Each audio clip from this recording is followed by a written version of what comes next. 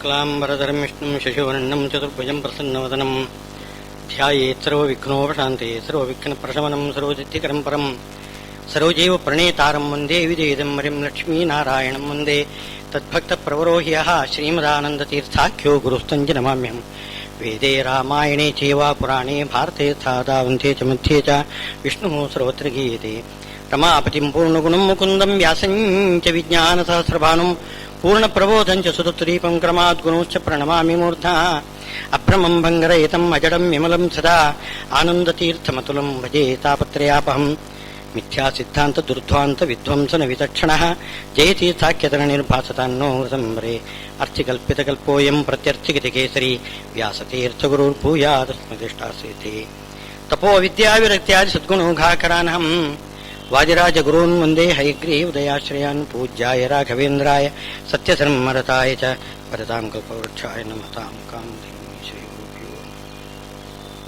धृतराष्ट्र उवाच धर्मक्षेत्रे कुरुक्षेत्रे समवेतायुत्सवः मामकाः पाण्डवाश्चैव किमकुर्वत सञ्जय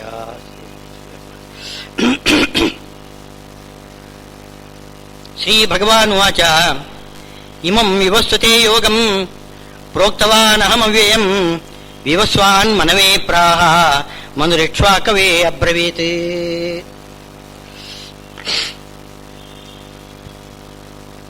ಭಗವದ್ಗೀತೆಯ 4ನೇ ಅಧ್ಯಾಯ ಪ್ರಾರಂಭದಲ್ಲಿ ಶ್ರೀಕೃಷ್ಣ ಅರ್ಜುನನಿಗೆ ಹೇಳ್ತಾ ಇದ್ದಾನೆ, ಈ ಗೀತೋಪದೇಶ ಅದು ಪಂಚರಾತ್ರದ ಸಾರ. ಪಂಚರಾತ್ರ ಅಂತಕ್ಕಂತಹ ಒಂದು ಗ್ರಂಥ ಇದೆ, ಶತಕೋಟಿ ಪ್ರವಿಸ್ತರ. ಅದು ಮಹಾಭಾರತ 1,00,000 ಶ್ಲೋಕ ಆದರೆ ಪಂಚರಾತ್ರ 100,000,000 100,000,000 ಶ್ಲೋಕಗಳು. ಅದು ಎಲ್ಲ ಲುಪ್ತವಾಗಿ ಬಿಟ್ಟಿದೆ, ಈಗ ಯಾವುದೂ ಇಲ್ಲ. ಕೋಟ್ಯಂಶೋಪಿ ನ ವಿದ್ಯತೆ. ಆದ್ರಿಂದ ಆ ಪಂಚರಾತ್ರದಲ್ಲಿ ಏನು ಹೇಳಿದ್ದಾರೆ ಅದರ ಸಾರವನ್ನು ಶ್ರೀಕೃಷ್ಣ ಇಲ್ಲಿ ಭಗವದ್ಗೀತೆಯಲ್ಲಿ ಹೇಳ್ತಾ ಇದ್ದಾನೆ. ಪಂಚರಾತ್ರದ ಸಾರ. ಪಂಚರಾತ್ರ ಅಂತಂದ್ರೆ ಅದು ಅತ್ಯಂತ ಶ್ರೇಷ್ಠವಾದ ಗ್ರಂಥ. ಸಾಕ್ಷಾತ್ ನಾರಾಯಣನೇ ಹೇಳಿರತಕ್ಕಂಥದ್ದು ಆ ಗ್ರಂಥ. ಸಾಕ್ಷಾತ್ ಮೂಲರೂಪಿ ನಾರಾಯಣನೇ ಬ್ರಹ್ಮಾದಿ ದೇವತೆಗಳಿಗೆ ಉಪದೇಶ ಮಾಡಿರತಕ್ಕಂಥ ಗ್ರಂಥ ಅದು. ಪಂಚರಾತ್ರ ವೇದ ತಂತ್ರೋಕ್ತ ಮಾರ್ಗತಃ. ನಾವು ದೇವರ ಪೂಜೆ ಮಾಡಬೇಕಾಗಿದ್ರೆ ವೇದ ಮಂತ್ರ ಮತ್ತು ಪಂಚರಾತ್ರ ಎರಡೂ ಬೇಕಂತೆ. ನಾವು ಬೇಕಾದಷ್ಟು ಮಂತ್ರಗಳನ್ನು ಹೇಳ್ತೇವೆ, ವೇದ ಮಂತ್ರಗಳನ್ನು ಹೇಳ್ತೇವೆ. ಷೋಡಶೋಪಚಾರ ಪೂಜೆ ಮಾಡುವಾಗ ಗಂಧದ್ವಾರಾಂ ದುರಾಧರ್ಷಾಂ ನಿತ್ಯ ಪುಷ್ಟಾಂ ಕರೀಷಣೀಂ, ಏನು ಗಂಧ ಸಮರ್ಪಣೆ ಮಾಡಬೇಕಾಗಿದ್ರೆ ವೇದ ಮಂತ್ರ ಹೇಳ್ತೇವೆ. ಆದರೆ ಅಷ್ಟೇ ಹೇಳಿ ಗಂಧವನ್ನು ಏರಿಸುವುದಿಲ್ಲ. ಓಂ ನಮೋ ನಾರಾಯಣಾಯ ಅಂತ ಹೇಳಿ ಅಷ್ಟಾಕ್ಷರವನ್ನು ಹೇಳಿ ಆಮೇಲೆ ಗಂಧವನ್ನು ಏರಿಸ್ತೇವೆ. ಅಂದ್ರೆ ವೇದ ಮಂತ್ರದ ಜೊತೆಗೆ ಈ ಪಂಚರಾತ್ರದ ಮಂತ್ರ ಇರಲೇಬೇಕು. ಇದಕ್ಕೆ ವೇದ ತಂತ್ರೋಕ್ತ ಮಾರ್ಗತಃ ಅಂತ ಹೇಳ್ತಾರೆ. ಈ ರೀತಿ ಪೂಜೆ ಮಾಡಬೇಕು. ಒಂದು ವೇಳೆ ವೇದ ಮಂತ್ರ ಇಲ್ಲದೇ ಹೋದ್ರೂ ಕೇವಲ ಅಷ್ಟಾಕ್ಷರ ಮಂತ್ರದಿಂದ ಭಗವಂತನ ಪೂಜೆ ಮಾಡಬೇಕು. ಓ ನಮೋ ನಾರಾಯಣ ಅಂತೇಳಿ ಹೇಳ್ಬಿಟ್ಟು 16 ಷೋಡಶ ಉಪಚಾರಗಳನ್ನು ಕೂಡ ಸಮರ್ಪಣೆ ಮಾಡಬೇಕು. ಅದರಿಂದ ಅಷ್ಟು ಪ್ರಶಸ್ತವಾಗಿರತಕ್ಕಂತಹ ಗ್ರಂಥ. ಇಷ್ಟೇ ವ್ಯತ್ಯಾಸ ವೇದಕ್ಕೂ ಇದಕ್ಕೂ ಪಂಚರಾತ್ರಕ್ಕೂ. ವಿಷಯದಲ್ಲಿ ಯಾವ ವ್ಯತ್ಯಾಸನೂ ಇಲ್ಲ. ವೇದಕ್ಕಿಂತ ಹೆಚ್ಚಿಗೆ ಪಂಚರಾತ್ರದಲ್ಲಿದೆ. ವೇದೋಕ್ತ ತದನುಕ್ತ. ಮಹಾಭಾರತ ಹೇಗೋ ಹಾಗೆ ಮಹಾಭಾರತದಲ್ಲೂ ಹಾಗೇನೆ ವೇದೋಕ್ತ ವಿಷಯಗಳು ಇವೆ, ಅಧಿಕ ವಿಷಯಗಳು ಇದೆ. ಅದು ವೇದವ್ಯಾಸ ದೇವರು ರಚನೆ ಮಾಡಿರೋದು. ಮಹಾಭಾರತ ವೇದವ್ಯಾಸ ದೇವರು ರಚನೆ ಮಾಡಿರೋದು. ಪಂಚರಾತ್ರ ಮೂಲರೂಪಿ ನಾರಾಯಣ. ಮೂಲರೂಪಿ ನಾರಾಯಣನಿಗೂ ವೇದವ್ಯಾಸ ದೇವರಿಗೂ ಭೇದ ಇಲ್ಲ, ಅದು ಬೇರೆ ವಿಷಯ. ಅಂತೂ ಆ ರಚನೆ ಆದದ್ದು ದ್ವಾಪರದಲ್ಲಿ. ಯಾವುದು? ಮಹಾಭಾರತ. ಪಂಚರಾತ್ರ ಬಹಳ ಪ್ರಾಚೀನವಾಗಿರತಕ್ಕಂಥದ್ದು.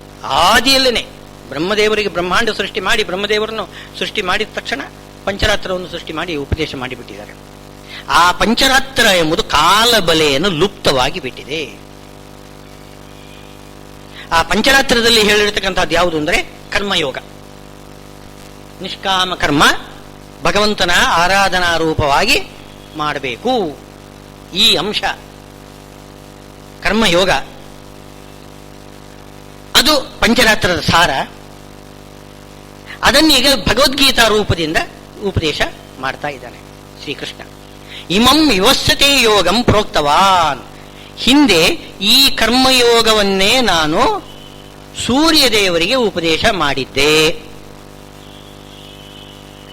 ಸೂರ್ಯದೇವರು ಏನು ಮಾಡಿದರು? ವೈವಸ್ವತ ಮನುವಿಗೆ ಉಪದೇಶ ಮಾಡಿದರು. ವೈವಸ್ವತ ಮನು ತನ್ನ ಮಗನಾದ ಇಕ್ಷ್ವಾಕು ರಾಜನಿಗೆ ಉಪದೇಶ ಮಾಡಿದ. ಈ ರೀತಿ ಕ್ರಮವಾಗಿ ಇಳಿದು ಬಂದು ಸೂರ್ಯವಂಶದ ರಾಜರು, ಚಂದ್ರವಂಶದ ರಾಜರು, ವೈವಸ್ವತ ಮನುವಿನ ಮಗಳ ಸಂತತಿ ಚಂದ್ರವಂಶ, ಮಗನ ಸಂತತಿ ಸೂರ್ಯವಂಶ. ಸೂರ್ಯವಂಶ ಚಂದ್ರವಂಶ ಎರಡೂ ಕೂಡ ವೈವಸ್ವತ ಮನುವಿನಿಂದಲೇ ಪ್ರಾರಂಭ ಆಗಿದೆ. ಅಂದ್ರೆ ಆ ಒಂದು ಪರಂಪರೆ ಬಂದಿತ್ತು, ಕಾಲ ಬಲದಿಂದ ಇವಾಗ ಲುಪ್ತವಾಗಿ ಹೋಗಿದೆ. ಇಮಂ ಯೋಗಂ ಅಂದ್ರೆ ಈ ಭಗವದ್ಗೀತೆಯನ್ನೇ ಉಪದೇಶ ಮಾಡಿದ್ದೇನೆ ಅಂತ ಅರ್ಥ ಅಲ್ಲ. ಈ ಭಗವದ್ಗೀತೆ ಕರ್ಮಯೋಗ ಏನಿದೆ ಇದನ್ನೇ ಉಪದೇಶ ಮಾಡಿದ್ದೇನೆ ಸೂರ್ಯದೇವರಿಗೆ ಅಂತಲ್ಲ, ಹಾಗರ್ಥ ಅಲ್ಲ.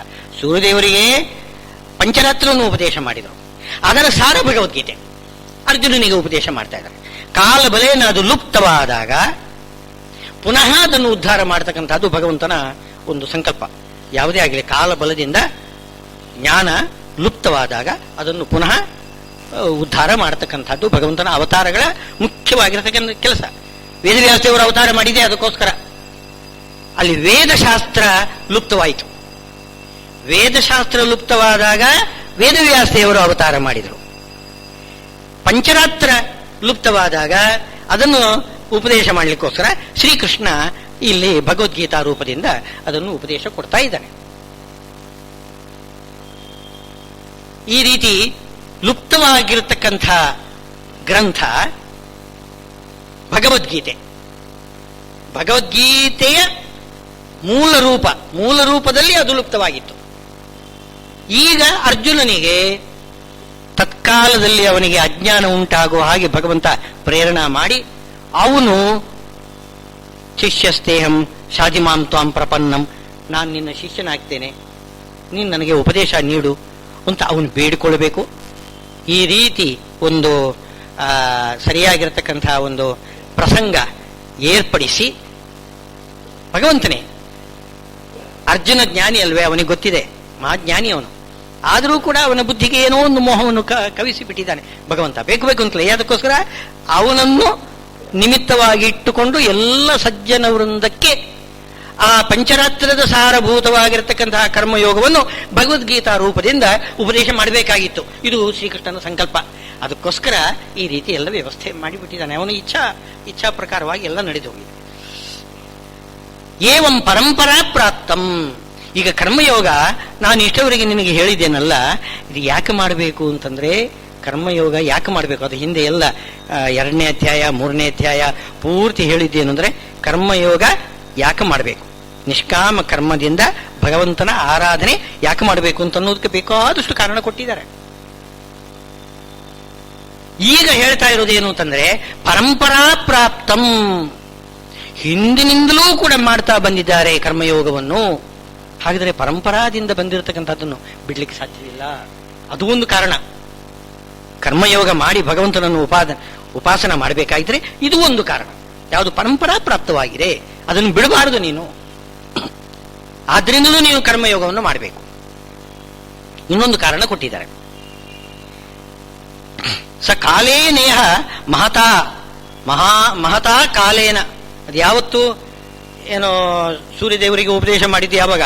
ಸ್ವಯಂಭವ ಮನ್ವಂತರದಲ್ಲಿ ಉಪದೇಶ ಮಾಡಿದ್ದಾರೆ. ಸ್ವಯಂಭವ ಮನ್ವಂತರ ಆದ್ಮೇಲೆ ಸ್ವಾರೋಷ, ರೈವತ, ಚಾಕ್ಷುಷ ಎಲ್ಲ ಏನು ಈಗ 7ನೇ ಮನ್ವಂತರ ಈಗ ನಡೀತಾ ಇದೆ. 6 ಮನ್ವಂತರಗಳು 7 ಮನ್ವಂತರಗಳಾಗಿದೆ. 7ನೇ ಮನ್ವಂತರ ನಡೀತಾ ಇದೆ. ಅದರಲ್ಲಿ ಕೂಡ 28 ಚತುರ್ಯುಗಗಳು ಮುಗಿದೋಗಿದೆ. 72 ಚತುರ್ಯುಗಗಳಲ್ಲಿ 27 ಮುಗಿದೋಗಿದೆ. ಈಗ 28 ನಡೀತಾ ಇದೆ. ಇಷ್ಟು ಕಾಲ ಮಹತಾ ಕಾಲೇನ ಸೂರ್ಯದೇವರಿಗೆ ನಾನು ಉಪದೇಶ ಮಾಡಿರತಕ್ಕಂತಹ ಕರ್ಮಯೋಗ ಅದು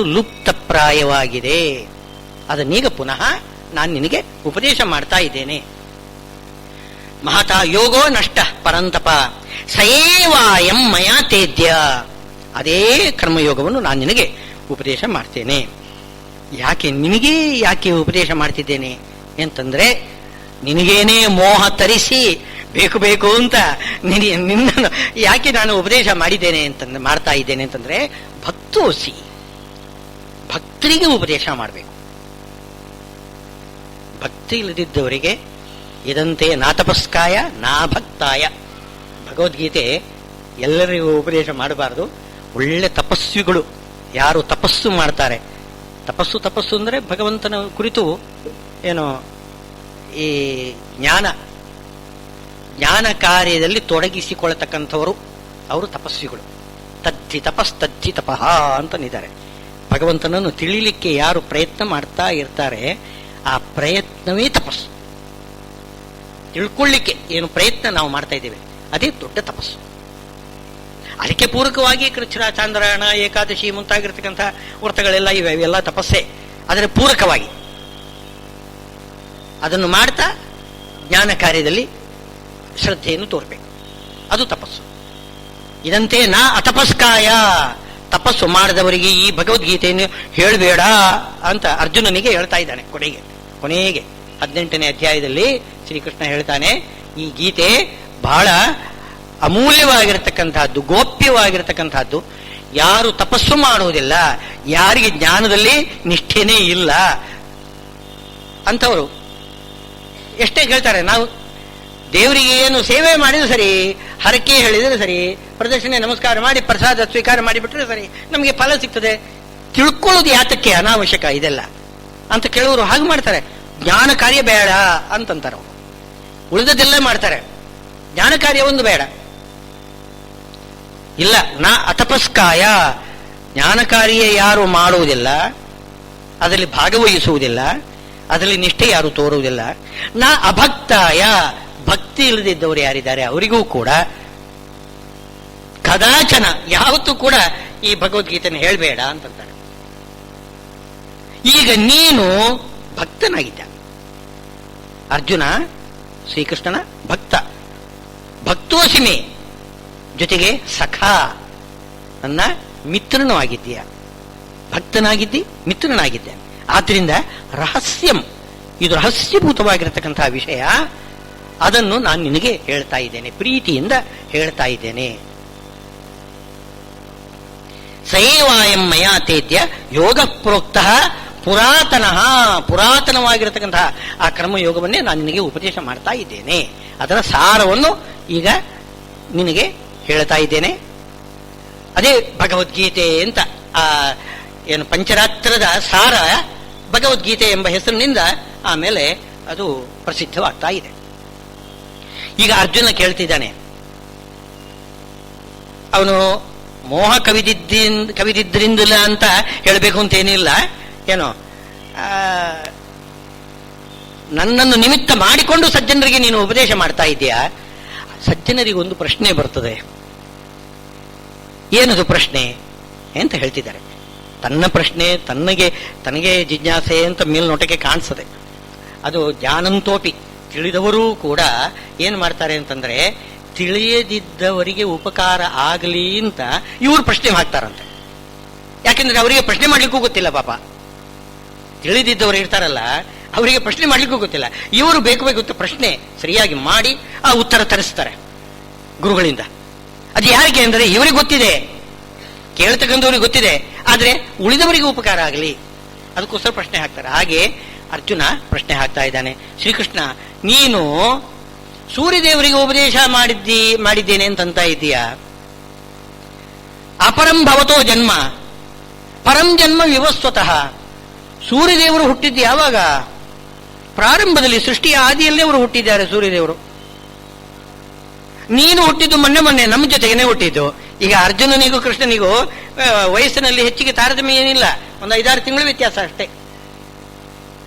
ಮೊನ್ನೆ ನೀನು ಹುಟ್ಟಿರತಕ್ಕಂಥ, ನೀನು ಹಿಂದೆ ಯಾವತ್ತೂ ಹುಟ್ಟಿರತಕ್ಕಂತಹ ಆ ಸೂರ್ಯದೇವರಿಗೆ ಉಪದೇಶ ಕೊಟ್ಟಿದ್ದಿ ಅಂತ ಹೇಳಿದ್ರೆ ಇದನ್ನು ಹೇಗೆ ನಂಬಲಿ ಅಂತ ಪ್ರಶ್ನೆ ಹಾಕ್ತಾ ಇದ್ದಾನೆ ಅರ್ಜುನ. ಕಥಮೇತದ್ ವಿಜಾನೀಯಾಂ, ನೀನು ಹೇಳಿದ್ದನ್ನು ನಾನು ಹೇಗೆ ಸ್ವೀಕಾರ ಮಾಡಲಿ? ತ್ವಮಾದೌ ಪ್ರೋಕ್ತವಾನಿತಿ, ಇದಕ್ಕೆ ಉತ್ತರ ಭಗವಂತ ಕೊಡ್ತಾ ಇದ್ದಾನೆ. ನಾನು ಹುಟ್ಟಿದ್ದು ಮೊನ್ನೆ ತಾನೇ ಹುಟ್ಟಿದ್ದೇನೆ ಅಂತಂತ ಇದೆಯಲ್ಲ, ನಾನು ಹುಟ್ಟಲೇ ಇಲ್ಲ ಅಂತಂತ ಇದ್ದಾನೆ. ಹುಟ್ಟಿದ್ರೆ ನೀನು ಹೇಳ್ತಕ್ಕಂಥ ಸರಿ, ನಾನು ಹುಟ್ಟೇ ಇಲ್ಲ. ನೀನು ಹುಟ್ಟಿದ್ದಿ, ನಾನು ಹುಟ್ಟಲೇ ಇಲ್ಲ. ಆದರೆ ಹೇಳುವಾಗ ಹಾಗೆ ಹೇಳುವುದಿಲ್ಲ. ಬಹೂನಿ ಮೇ ವ್ಯತೀತಾನಿ ಜನ್ಮಾನಿ ತವಚ ಅರ್ಜುನ. ನೀನೂ ಅನೇಕ ಬಾರಿ ಹುಟ್ಟಿದ್ದಿ, ನಾನೂ ಅನೇಕ ಬಾರಿ ಹುಟ್ಟಿದ್ದೇನೆ. ಆದರೆ ನೀನು ಎಷ್ಟು ಬಾರಿ, ಬಹೂನಿ ಅಂತಂದ್ರೆ ಮನುಷ್ಯ ಮನ್ವಂತರ ಕಾಲ ಏನು ಆದಿಯಿಂದ ಸ್ವಯಂಭೂ ಮನ್ವಂತರದಿಂದ ತೊಡಗಿ ವಯೋಸುತ್ತ ಮನ್ವಂತರದ ಹೊರಗೆ ಮನುಷ್ಯ ಎಷ್ಟು ಬಾರಿ ಹುಟ್ಟಬಹುದು, ಎಷ್ಟು ಬಾರಿ ಸಾಯಬಹುದು ಆಲೋಚನೆ ಮಾಡಿ. ಮನುಷ್ಯನ ಬಾಳು ಇರುವುದು ಕೇವಲ 3 ದಿನದ ಬಾಳು. ಎಷ್ಟು ಸಲ ಹುಟ್ಟುತ್ತಾನೆ, ಸಾಯ್ತಾನೆ. ಬಹುನಿವೆ ವ್ಯತೀತಾನಿ, ಬಹು ಜನ್ಮಗಳನ್ನು ನೀನು ಪಡೆದಿದ್ದೀಯ, ನಾನೂ ಕೂಡ ಬಹು ಜನ್ಮಗಳನ್ನು ಪಡೆದಿದ್ದೇನೆ. ಆದರೆ ವ್ಯತ್ಯಾಸ ಏನಿದೆ ಅಂತಂದ್ರೆ, ತಾನ್ಯಹಂ ವೇದ ಸರ್ವಾಣಿ ನತ್ವಂ ವೆತ್ತ ಪರಂತಪ. ನನಗೆ ಮಾತ್ರ ನಾನು ಎಷ್ಟು ಬಾರಿ ಹುಟ್ಟಿದ್ದೇನೆ, ನೀನು ಎಷ್ಟು ಬಾರಿ ಹುಟ್ಟಿದ್ದಿ ಎಲ್ಲ ನನಗೆ ಗೊತ್ತು. ನಿನಗೆ ಮಾತ್ರ ನಾನು ಎಷ್ಟು ಬಾರಿ ಹುಟ್ಟಿದ್ದೇನೆ, ನೀನು ಎಷ್ಟು ಬಾರಿ ಹುಟ್ಟಿದ್ದಿ ಎರಡೂ ಕೂಡ ನಿನಗೆ ಗೊತ್ತಿಲ್ಲ. ನನಗೆಲ್ಲ ಗೊತ್ತಿದೆ, ನಿನಗೆ ಏನೂ ಗೊತ್ತಿಲ್ಲ. ಈ ಜನ್ಮದಲ್ಲಿ ವ್ಯತ್ಯಾಸ ಇದೆ. ನನ್ನ ಜನ್ಮಕ್ಕೂ ನಿನ್ನ ಜನ್ಮಕ್ಕೂ ಬಹಳಷ್ಟು ವ್ಯತ್ಯಾಸ ಇದೆ. ನೀನು ನಿನ್ನ ಜನ್ಮವನ್ನು ಇಟ್ಟುಕೊಂಡು ನೀನು ಪ್ರಶ್ನೆ ಮಾಡ್ತಾ ಇದೀಯ. ನಿನ್ನ ಜನ್ಮವನ್ನು ಇಟ್ಟುಕೊಂಡು ಮನಸ್ಸಲ್ಲಿ ಇಟ್ಟುಕೊಂಡು ಅಂಥ ಜನ್ಮ ನನಗಿದೆ ಅಂತ ಹೇಳ್ಕೊಂಡು ನೀನು ಪ್ರಶ್ನೆ ಮಾಡ್ತಾ ಇದೀಯ. ನನ್ನ ಜನ್ಮ ಬಹಳಷ್ಟು ವ್ಯತ್ಯಾಸ ಇದೆ, ನಿನ್ನ ಜನ್ಮಕ್ಕೂ ಬಹಳಷ್ಟು ವ್ಯತ್ಯಾಸ ಇದೆ. ಏನು ವ್ಯತ್ಯಾಸ? ನಾನು ತಿಳಿದಿದ್ದೇನೆ, ನೀನು ತಿಳಿದಿಲ್ಲ. ಮುಖ್ಯವಾದ ವ್ಯತ್ಯಾಸ ಅದು. ನಾವು ಹುಡ್ತೇವೆ, ಯಾವಾಗ, ಯಾಕೆ, ಎಲ್ಲಿ, ಹೇಗೆ ಒಂದೂ ಗೊತ್ತಿಲ್ಲ. ಸುಮ್ಮನೆ ನಾವು ಕಣ್ಣು ಬಿಟ್ಟು ನೋಡಿದಾಗ ಪ್ರಪಂಚ ಕಾಣಿಸ್ತಾ ಇದೆ ಅಷ್ಟೇ. ಅದಕ್ಕಿಂತ ಮೊದಲು ನಾವು ಎಲ್ಲಿದ್ವಿಯೋ, ಯಾಕೆ ಬಂದು, ಎಲ್ಲಿಂದ ಬಂದು ಒಂದೂ ನಮ್ಗೆ ಗೊತ್ತಿಲ್ಲ. ನತ್ತೊಮ್ಮೆತ್ತ ನಿನಗೊಂದೂ ಅದು ಗೊತ್ತಿರುವುದಿಲ್ಲ. ಆದರೆ ನನಗೆ ಮಾತ್ರ ಎಲ್ಲ ಗೊತ್ತಿರ್ತದೆ. ತಾನ್ಯಹಂ ವೇದ ಸರ್ವಾಣಿ, ನಾನು ಎಲ್ಲವನ್ನೂ ತಿಳಿದಿದ್ದೇನೆ. ಯಾಕೆ ಅಂತಂದ್ರೆ ಮುಂದಕ್ಕೆ ಹೇಳ್ತಾನೆ, ಅಜೋಪಿ ಸನ್ ಅವ್ಯಯಾತ್ಮ ಭೂತಾನಾಂ ಈಶ್ವರೋಪಿ ಸನ್ ಪ್ರಕೃತಿಂ ಸ್ವಾಂ ಅಧಿಷ್ಠಾಯ ಸಂಭವಾಮಿ ಆತ್ಮಮಾಯಯ. ನಾನು ಆತ್ಮ ಮಾಯೆಯಿಂದ ಹುಡ್ತೇನೆ. ಇದೊಂದು ಶಬ್ದಗಳು ಎಲ್ಲ ಕಡೆ ಮಾಯಾ ಮಾಯಾ ಅಂತ ಹೇಳ್ತಾ ಇದ್ದಾರೆ, ಎಲ್ಲ ಕಡೆಗೂ ಅದನ್ನು ತಪ್ಪು ತಿಳ್ಕೊಂಡಿರ್ತಾರೆ. ಮಾಯೆ ಅಂತಂದ್ರೆ ಏನು? ಕೇವಲ ಅವಿದ್ಯೆ, ಮಾಯೆ. ಅವಿದ್ಯೆಗೂ ಮಾಯೆಗೂ ಏನು ವ್ಯತ್ಯಾಸ? ಅದ್ವೈತಿಗಳನ್ನು ಕೇಳಬೇಕು. ಅವ್ರು ಹೇಳ್ತಾರೆ, ಅವಿದ್ಯೆ ಅಂತಂದ್ರೆ ತನಗೇನೆ ಏನೂ ತಿಳಿಯದ ಹಾಗೆ ಮಾಡ್ತಕ್ಕಂಥದ್ದು, ಅದು ಅವಿದ್ಯೆ. ಮಾಯೆ ತನಗೇನು ತೊಂದರೆ ಕೊಡುವುದಿಲ್ಲ, ಇನ್ನೊಬ್ಬರಿಗೆ ಇಳಿದಿದ್ದದನ್ನು ತೋರಿಸಿಕೊಡ್ತದೆ. ಈಗ ಪರಮಾತ್ಮನಿಗೆ ಮಾಯೆ ಇದೆ. ಅವರ ರೀತಿಯ ಅದ್ವೈತಿಗಳ ಪ್ರಕಾರ ದೇವರು ಅಂದ್ರೆ ಯಾರು ಅಂತಂದ್ರೆ, ಅವಿದ್ಯೆಯಲ್ಲಿ 2 ಶಕ್ತಿ. ಇಲ್ದಿದ್ದದ್ದನ್ನು ತೋರಿಸುವುದು, ಇರತಕ್ಕಂಥದ್ದನ್ನು ಮುಚ್ಚಿ ಹಾಕೋದು. ಅಜ್ಞಾನ, ಅಜ್ಞಾನಕ್ಕೆ 2 ಕೆಲಸ ಇದೆ. ಈಗ ಹಗ್ಗವನ್ನು ನೋಡಿ ಹಾವು ಅಂತ ತಿಳ್ಕೊಳ್ತೇವೆ, ಹಗ್ಗವನ್ನು ನೋಡಿ ಹಾವು ಅಂತ ತಿಳ್ಕೊಳ್ತೇವೆ. ಅಲ್ಲಿ ಹಗ್ಗ ಅಂತ ನಮ್ಗೆ ಗೊತ್ತಿರೋದಿಲ್ಲ, ಆದ್ರಿಂದ ಅದನ್ನು ಹಾವು ಅಂತ ನಾವು ಭ್ರಮಿಸ್ತೇವೆ. ಹಾಗಾದ್ರೆ ಹಗ್ಗ ಅಂತ ಇರ್ತಕ್ಕಂಥದ್ದು ಅದನ್ನು ಮುಚ್ಚಿಟ್ಟು ಇಲ್ದಿದ್ದ ಹಾವನ್ನು ತೋರಿಸಿಕೊಡ್ತದೆ. ಹಾವು ಇಲ್ಲ, ಇರತಕ್ಕಂತಹ ಹಗ್ಗ ಕಾಣಿಸುವುದಿಲ್ಲ ಆ ಪ್ರದೇಶದಲ್ಲಿ, ಅದರ ಬದಲಿಗೆ ಇಲ್ಲದಿದ್ದ ಹಾವು ಕಾಣಿಸುತ್ತೆ. ಹಾಗಾದ್ರೆ ಇದ್ದದ್ದನ್ನು ಕಾಣಿಸದ ಹಾಗೆ ಮಾಡುವುದು ಒಂದು ಅಜ್ಞಾನದ ಒಂದು ಶಕ್ತಿ, ಇಲ್ಲದಿದ್ದದ್ದನ್ನು ತೋರಿಸುವುದು ಇನ್ನೊಂದು ಶಕ್ತಿ. ಜೀವರಲ್ಲಿ ಇರ್ತಕ್ಕಂಥದ್ದನ್ನು ತೋರಿಸದ ಹಾಗೆ ಮಾಡತಕ್ಕಂಥದ್ದು ಒಂದಿದೆ. ತನಗೆ ನಾನು ಬ್ರಹ್ಮನೇ, ಅಹಂ ಬ್ರಹ್ಮಾಸ್ಮಿ, ನಾನು ದೇವರೇ ತಾನೇ, ಆದರೆ ನಾನು ದೇವರು ಅಂತ ಅನ್ನೋದು ಗೊತ್ತೇ ಇಲ್ಲ. ನೀನೇ ದೇವರು, ತತ್ವಮಸಿ, ತ್ವಮಸಿ ತತ್ವಮಸಿ ಅಂದ್ರೆ ನೀನೇ ದೇವರು ಅಂತ ಹೇಳಿದ್ರೆ ಹೌದಾ, ನಾನು ದೇವರಾಗಿ ಕೇಳ್ತಾನೋ, ಅವನಿಗೆ ಗೊತ್ತಿಲ್ಲ. ನಾನು ದೇವರು ಅಂತ ಅನ್ನೋದು ಗೊತ್ತಿರೋದಿಲ್ಲ. ದೇವರಲ್ಲ, ನಾನು ಜೀವ ಅಂದ್ರೆ ಏನು? ಅಸ್ವತಂತ್ರ ಜೀವನಾಗಿದ್ದೇನೆ, ದುಃಖಿಯಾಗಿದ್ದೇನೆ. ಇಲ್ದಿದ್ದುದು ದುಃಖ ಅದೆಲ್ಲ ಇಲ್ಲವೇ ಇಲ್ಲ. ಏನು ಇಲ್ದಿದ್ದುದು? ಹಾವಿನ ಹಾಗೆ ಹಗ್ಗ ಇದೆ, ಹಗ್ಗವನ್ನು ನೋಡಿ ಹಾವು ಅಂತ ಭ್ರಮಿಸಿದ ಹಾಗೆ ನಮ್ಮಲ್ಲಿ ದುಃಖ ಅಂತ ಅನ್ನೋದು ಇಲ್ಲವೇ ಇಲ್ಲ. ಅದು ಭ್ರಮೆ. ದುಃಖ ಅಂತ ಅನ್ನೋದು ಭ್ರಮೆ. ಹಾಗಿದ್ರೆ ಒಳಗಡೆ ಇರತಕ್ಕಂಥದ್ದು ಆನಂದಮಯ, ಯಾವುದು? ಪರಮಾತ್ಮ ಸ್ವರೂಪ. ವಿಜ್ಞಾನಂ ಆನಂದಂ ಬ್ರಹ್ಮ, ಬ್ರಹ್ಮ ಆನಂದ ಸ್ವರೂಪ, ಅದು ಗೊತ್ತಾಗುವುದಿಲ್ಲ. ಇಲ್ದಿದ್ದ ದುಃಖ ಕಾಣಿಸ್ತದೆ. ಇದು ಜೀವನ ಪಾಡು. ಜೀವ ಏನ್ ಮಾಡ್ತಾನೆ? ಅವಿದ್ಯೆಯಿಂದ ತಾನು ಪರಮಾತ್ಮ ಅಲ್ಲ, ನಾನು ದುಃಖಿ ಜೀವ ಅಂತ ತಿಳ್ಕೊಳ್ತಾನೆ. ಆದರೆ ಇದೇ ಅವಿದ್ಯಕ್ಕೆ ಇನ್ನೊಂದು ಶಕ್ತಿ ಇದೆ. ಇಲ್ದಿದ್ದನ್ನು ತೋರಿಸುವುದು ಮಾತ್ರ ಉಂಟಲ್ಲ, ಎರಡು ಶಕ್ತಿ ಅಲ್ಲ, ಆ ಶಕ್ತಿ ಮಾತ್ರ ಪರಮಾತ್ಮನಲ್ಲಿ ಅವಿದ್ಯೆ ಇದೆ. ಅದು ಇರ್ತಕ್ಕಂಥದ್ದನ್ನು ಮುಚ್ಚಿ ಹಾಕುವುದಿಲ್ಲ ಅವನಿಗೆ. ಅವನು ತಾನು ಆನಂದಮಯ ಬ್ರಹ್ಮ ಅಂತ ತಿಳ್ಕೊಂಡಿದ್ದಾನೆ. ಆದರೆ ಇಲ್ದಿದ್ದನ್ನು ತೋರಿಸ್ತಾನೆ, ಇಲ್ದಿದ್ದನ್ನು ಇನ್ನೊಬ್ಬರಿಗೆ ತೋರಿಸಿಕೊಡ್ತಾನೆ. ತನಗೂ ಕೂಡ ಕಾಣ್ತದೆ. ದ್ವಾಯುಮೋ ಪುರುಷೋ ಲೋಕೆ ಅಂತ ಹೇಳ್ತಾನೆ. ಇಬ್ರು ಕಾಣಿಸ್ತಾ ಇದ್ದಾರೆ ಅಂತ ಭಗವಂತನಿಗೂ ಕೂಡ ಜಗತ್ತು ಕಾಣಿಸದೆ. ಜಗತ್ತು ಕಾಣಿಸುದಿಲ್ಲ ಅಂತ ಹೇಳಲಿಕ್ಕೆ ಬರೋದಿಲ್ಲ. ಇಲ್ದಿದ್ದದ್ದು ಅವನಿಗೂ ಕೂಡ ಕಾಣಿಸದೆ. ಇರುವುದು ಕಾಣಿಸದೆ ಹೋಗುವುದಿಲ್ಲ, ಮುಚ್ಚಿ ಹೋಗುವುದಿಲ್ಲ. ಇಷ್ಟೇ ವ್ಯತ್ಯಾಸ. ಭಗವಂತನಿಗೂ ನಮಗೂ ಇಷ್ಟೇ ವ್ಯತ್ಯಾಸ. ಎಲ್ಲ ಒಂದೇ ಚೇತನ, ಒಂದೇ ಚೇತನ. ಜೀವ ಬೇರೆ, ಈಶ್ವರ ಬೇರೆ ಅಂತ ಆಗಿರೋದು. ಅದು ಅವಿದ್ಯೆಯ ಒಂದು ದೊಡ್ಡ ಒಂದು ಏನು ಪವಾಡ. ಅವಿದ್ಯೆ ಮಾಡತಕ್ಕಂಥದ್ದು ದೊಡ್ಡ ಪವಾಡ ಅದು. ಹಾಗೆ ಹೇಳ್ತಾರೆ ಅವರು. ಮಾಯೆ ಅಂತಂದ್ರೆ ಅರ್ಥವೇನೋ? ಇನ್ನೊಬ್ಬರಿಗೆ ತೋರಿಸಿಕೊಡ್ತದೆ, ಇಲ್ದಿದ್ದದ್ದನ್ನು ತೋರಿಸಿಕೊಡ್ತದೆ, ಅವನಿಗೆ ತನ್ನೊಳಗೆ ಇರತಕ್ಕಂಥದ್ದನ್ನು ಮುಚ್ಚಿ ಹಾಕುವುದಿಲ್ಲ. ಇದು ಮಾಯೆ. ಈ ಮಾಯೆ ಉಳ್ಳವನು ವಿಷ್ಣು ಅಂತ ಅವರು ಅರ್ಥ ಮಾಡ್ತಾರೆ. ಈ ಮಾಯೆಗೆ ವಶನಾಗಿ ಏನೋ ಆ ಮಾಯೆ ಅವನ ಅಧೀನ. ಇಲ್ದಿದ್ದನ್ನು ಇನ್ನೊಬ್ಬರಿಗೆ ತೋರಿಸಿಕೊಡ್ಲಿಕ್ಕೆ ಅದು ಅವನಿಗೆ ಸಾಧನ. ತನಗೆ ಏನು ತೊಂದರೆ ಕೊಡೋದಿಲ್ಲ. ಅಂಥ ಒಂದು ಮಾಯೆಯನ್ನು ಇಟ್ಟುಕೊಂಡವನು ಯಾರು ಅಂದ್ರೆ ಪರಮಾತ್ಮ.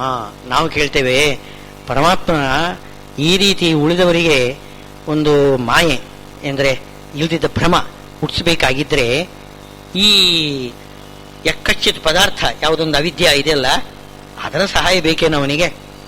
ಏನು ಬೇಕಾಗಿಲ್ಲ. ತನ್ನ ಇಚ್ಛೆಯಿಂದಲೇ ಮಾಡಬಲ್ಲ. ಆದ್ರೆ ಮಾಯ ಅಂದ್ರೆ ಅರ್ಥವೇನು? ಇಚ್ಛೆ. ಮಾಯ ಅಂದ್ರೆ ಆತ್ಮಮಾಯ. ತನ್ನ ಇಚ್ಛೆಯಿಂದ ಜನಗಳಿಗೆ ಭ್ರಮೆ ಉಂಟು ಮಾಡ್ತಾನೆ, ಹೊರತು ಅವಿದ್ಯೆಯ ಸಹಾಯದಿಂದ ಜೀವರಿಗೆ ಭ್ರಮೆ ಉಂಟು ಮಾಡುವುದಲ್ಲ. ತನ್ನ ಇಚ್ಛೆಯಿಂದ ತಾನು ಭ್ರಮೆ ಉಂಟು ಮಾಡ್ತಾನೆ. ಇನ್ನು ಆ ಮಾಯೆ ಅಂತನ್ನೋದು ಬೇಕಾದ್ರೆ ಒಪ್ಪಿಕೊಳ್ಳಿ. ಏನದು? ಈ ಪ್ರಕೃತಿ ಅಂತಿದೆ. ಪ್ರಕೃತಿ ಪುರುಷ ಇಬ್ರು ತಾನೆ. ಮೂಲ ಪ್ರಕೃತಿಯಿಂದ ಮಹತ್ತತ್ವದಿಂದ ಅಹಂಕಾರ ತತ್ವ ಇತ್ಯಾದಿಗಳೆಲ್ಲ ಬರ್ತದೆ. ಆ ಪ್ರಕೃತಿಯಲ್ಲಿ 3 ಗುಣಗಳಿವೆ: ಸತ್ವಗುಣ, ರಜೋಗುಣ, ತಮೋಗುಣ ಅಂತ. ಆ ತಮೋಗುಣದ ಅಂಶ ಪ್ರಕೃತಿ ಇದೆಯಲ್ಲ, ಅದು ಭ್ರಮೆ ಉಂಟು ಮಾಡಿಕೊಡ್ತದೆ. ನಾವು ಕೂಡ ಅಂಗೀಕಾರ ಮಾಡಿದ್ದೇವೆ. ಅದಕ್ಕೆ ಅಭಿಮಾನಿಗಳು ಯಾರು ಅಂದ್ರೆ ದುರ್ಗಾದೇವಿಯರು. ಶ್ರೀ ಭೂ ದುರ್ಗಾ ಅಂತ. ಪ್ರಕೃತಿಯಲ್ಲಿ 3 ಗುಣಗಳಿದೆ: ಸತ್ವ, ರಜಸ್ಸು, ತಮಸ್ಸು. ಸತ್ವಕ್ಕೆ ಅಭಿಮಾನಿನಿ ಶ್ರೀದೇವಿ, ರಜಸ್ಸಿಗೆ ಅಭಿಮಾನಿನಿ ಭೂದೇವಿ, ತಮಸ್ಸಿಗೆ ಅಭಿಮಾನಿನಿ ದುರ್ಗಾದೇವಿ. ಈ ದುರ್ಗಾದೇವಿಯಿಂದ ಅಭಿಮನ್ಯಮಾನವಾಗಿರತಕ್ಕಂತಹ ಆ ಒಂದು ತಮೋಗುಣ ಏನಿದೆ, ಪ್ರಕೃತಿಯ ತಮೋಗುಣ, ಜೀವರಿಗೆ ಭ್ರಮೆ ಉಂಟು ಮಾಡಿ ಕೊಡ್ತದೆ. ಆ ಕೆಲಸ ಇದೆ, ಅಂಗೀಕಾರ ಮಾಡ್ತೇವೆ. ಆದರೆ ಭಗವಂತ ಏನು ಮಾಡ್ತಾನೆ ಅಂತಂದ್ರೆ, ಅದರ ಸಹಾಯ ತಕೊಂಡು ಮಾಡುವುದಲ್ಲ, ಅದಕ್ಕೆ ಆ ಶಕ್ತಿ ಇದೆಯಲ್ಲ, ಭ್ರಮೆ ಉಂಟು ಮಾಡತಕ್ಕಂತಹ ಶಕ್ತಿ ಬಂದಿದ್ದು ಇವಳು ಒಳಗಡೆ ಹೋಗಿ ಅಲ್ಲಿ ಕೂತಿದ್ದರಿಂದ. ಪ್ರಕೃತಿಂ ಸ್ವಾಂ ಅಧಿಷ್ಠಾಯ ಅಂತ ಹೇಳ್ತಾನೆ. ಪ್ರಕೃತಿಂ ಸ್ವಾಂ ಅಧಿಷ್ಠಾಯ. ಈಗ ನೋಡಿ, ಸೂರ್ಯ ಬೆಳಗಬೇಕಾಗಿದ್ದರೆ ಅದು ಸೂರ್ಯನ ಶಕ್ತಿ, ಅದು ತನ್ನಿಂತಾನೇ ಬೆಳಗುವುದಿಲ್ಲ. ಒಳಗಡೆ ಹೋಗಿ ಸೂರ್ಯನಲ್ಲಿ ಸೂರ್ಯನಾಗಿ ಭಗವಂತ ಒಳಗಡೆ ಕೂತು ಸೂರ್ಯನಲ್ಲಿ ಒಂದು ಪ್ರಭೆಯನ್ನು, ಪ್ರಕಾಶವನ್ನು ತೋರಿಸಿಕೊಡ್ತಾನೆ. ಪರಮಾತ್ಮನ ಅನುಪ್ರವೇಶ. ಈಗ ಬಲ್ಬಿನ ಒಳಗಡೆ ವಿದ್ಯುತ್ ಹರಿದರೆ ಅಲ್ಲಿ ಪ್ರಕಾಶ ಬರ್ತದೆ, ಇಲ್ಲದೆ ಹೋದ್ರೆ ಬಲ್ಬ್ ಏನು ಪ್ರಕಾಶ ಇಲ್ಲ.